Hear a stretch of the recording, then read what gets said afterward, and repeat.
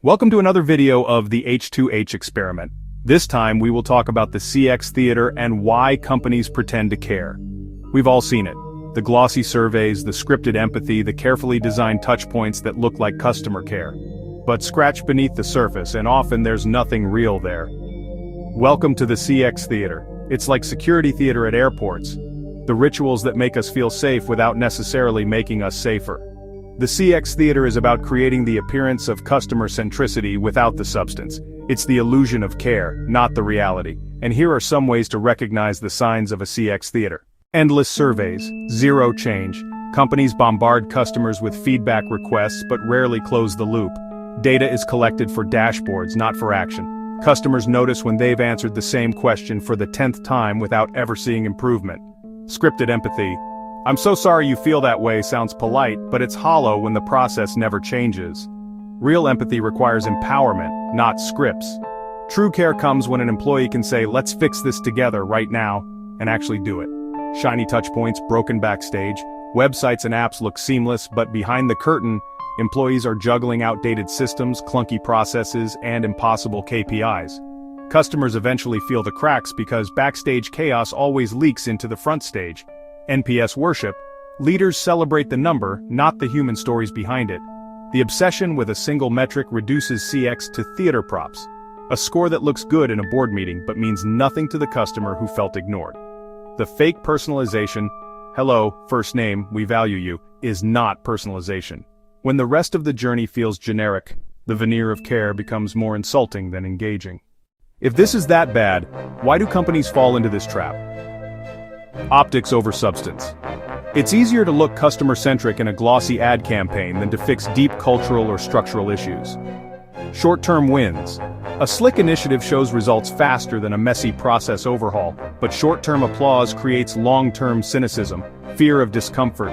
Real CX transformation means confronting hard truths, broken processes, disengaged employees, leadership blind spots. Theater is easier than honesty.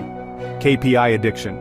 When the pressure is to hit numbers rather than solve human problems, theater becomes the fastest way to create the appearance of success. Of course this has a cost. And it's not cheap. Customers are not fooled for long. They might tolerate the CX theater once or twice, but eventually, they notice the gap between words and actions. The costs are real. Trust erosion. Customers stop believing your promises and tune out your brand messaging. Employee disengagement. Staff hate faking care as much as customers hate receiving it. Theater burns them out. Reputation damage. In the age of screenshots and viral posts, customers will call out the fakery publicly. And once you're exposed, rebuilding trust is 10 times harder. To illustrate the point, here is a story of the CX theater in action. Imagine a telecom company, Brightcom. They proudly advertise their award-winning customer service and plaster "We care about you" across billboards. After a billing error, a customer calls. "I understand your frustration. I'm here to help." But the agent isn't empowered to fix the billing error on the spot. Instead, they escalate it to another department, and the customer spends 3 weeks waiting for resolution. Brightcom can brag about their empathetic tone of voice training, but the customer still feels cheated. The show looked good. The backstage reality was rotten.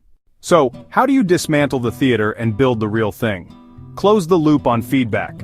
Always tell customers what changed because of their input. Even small wins show that you listened. Transparency builds trust. Empower employees. Give teams the autonomy to solve problems instead of forcing them to read scripts. The fastest way to kill theater is to let employees act like humans. Fix backstage first. Seamless front-end design means nothing if employees are drowning in broken processes. Invest in the plumbing before the paint. Measure stories, not just scores. Numbers matter, but narrative feedback reveals the truth of experience. Celebrate improvements in customer stories, not just metrics. Align incentives with care. If leaders and employees are only rewarded for efficiency or cost-cutting, the CX theater will flourish. If they're rewarded for creating moments of trust, authenticity follows. Make CX cultural, not cosmetic. True care can't be bolted on. It has to live in leadership decisions, team incentives, and daily behaviors. And here is something quite interesting. Philosophy reminds us that appearance without essence is hollow. Stoics spoke of living in alignment between words and actions. Buddhism warns against attachment to illusions. Both apply here. When companies cling to the illusion of CX, they lose touch with the substance of it. In the end, the CX Theater might win applause in the short term, but eventually the curtain falls.